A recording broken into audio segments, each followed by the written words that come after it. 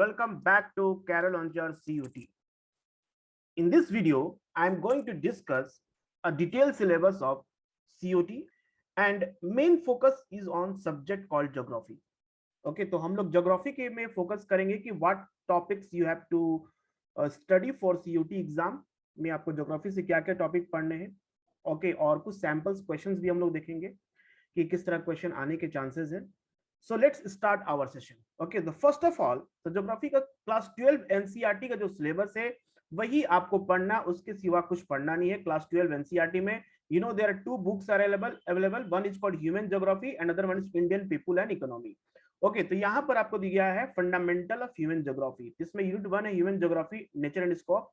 Unit 2 is the people, जिसमें population of the world आप पढ़ोगे, population change, age sex ratio, human development. पूरे NCERT का syllabus है आपका. Human activities, what is primary activity, concept, changing trend, different types of primary activities, secondary activity, tertiary, quaternary. तो ये बहुत अच्छे से आपके एनसीईआरटी में दिए हुए हैं, बहुत अच्छे अच्छे कॉन्सेप्ट भी दिए हैं, उसको आप कंप्लीट कर सकते हो, उसको पढ़ सकते हो. ओके, यूनिट 4 आ गया आपको ट्रांसपोर्ट, कम्युनिकेशन, ट्रेड. ये तो बहुत ही इंपॉर्टेंट है आपके सीयूटी पॉइंट ऑफ व्यू से, क्योंकि this will be we can say backbone of our Indian economy, और यहाँ से क्वेश्चंस पूछे जाने की ज्यादा चांसेस हैं. फॉर एग्जांपल लैंड ट्रांसपोर्ट क्या होता है, different type of roads, national highway पूछ सकते हैं, which is the longest national highway India. Railways में 16 जोन्स हैं, तो कौन कौन से रेलवे जोन्स हैं, ये वर्ल्ड लेवल के ऊपर दिया है, तो आपको वर्ल्ड लेवल के डिफरेंट रेलवेज के बारे में आपको पता होना चाहिए. ट्रांस कॉन्टिनेंटल रेलवेज, जितने भी एग्जांपल्स दिए उसको अच्छे से पढ़ लें.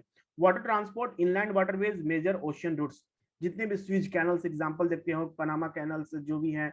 Okay, this all are important for your exam point of view. Air transport, international air routes क्या क्या हैं, oil and gas pipeline, satellite communication, cyber space, international trade, basis of changing pattern, ports as gateways of international trade, role of WTO in international trade, और ये W world trade organisation में क्या role होता है international trade में.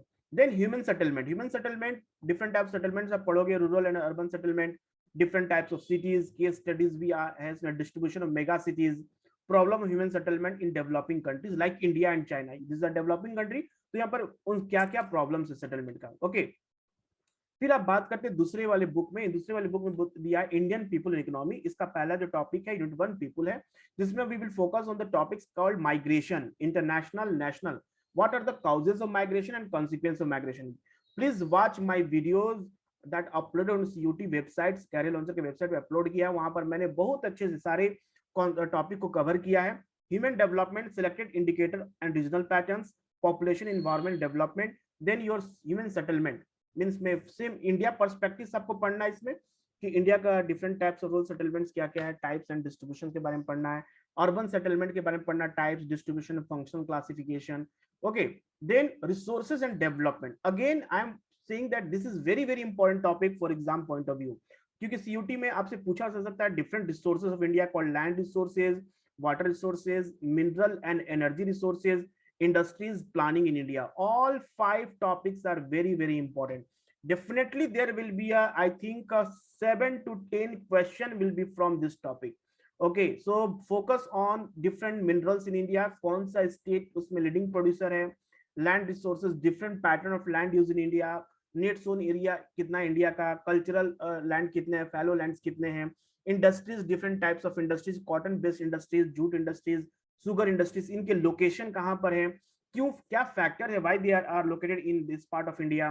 Then again unit 4 is your transport, communication, trade.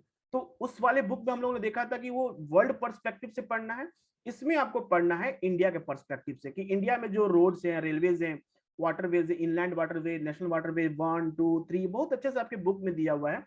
You must focus on note it down all the important points. Oil and gas pipelines क्या क्या है, national electric grids, communication, networking, radio, television, satellite and internet.